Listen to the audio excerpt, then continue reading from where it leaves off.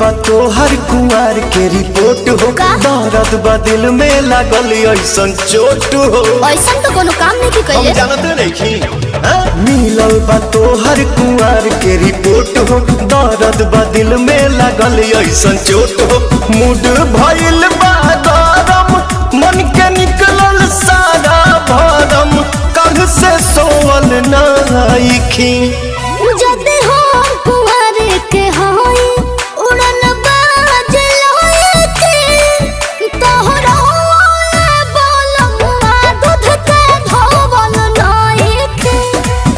जदे हो कुंवर के होई उड़न बाज लोए के, तोहरा बोलमुआ दूध के धोवल नाई के।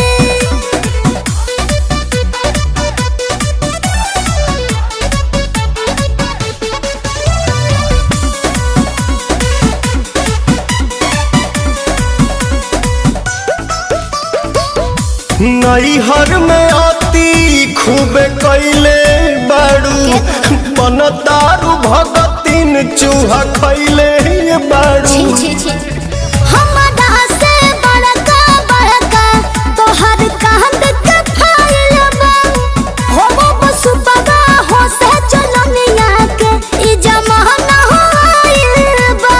अरे चोरी क के सीना जोरी कोइल छोड़ी दो ये गोरी, बाड़ू खिलाड़ी नाइकी। जदे हो कुंवर के होई उड़न बाज लोए के, तोहरो बोलमुआ दूध के धोवल नाई के।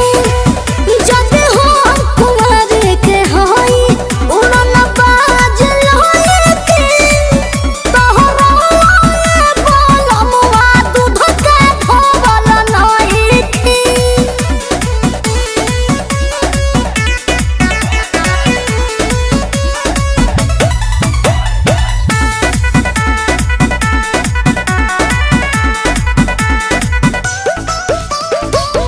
मुहा मोही तोहरे सगर चर्चा बाटे, छपल बदनामी के गोरी परचा बाटे।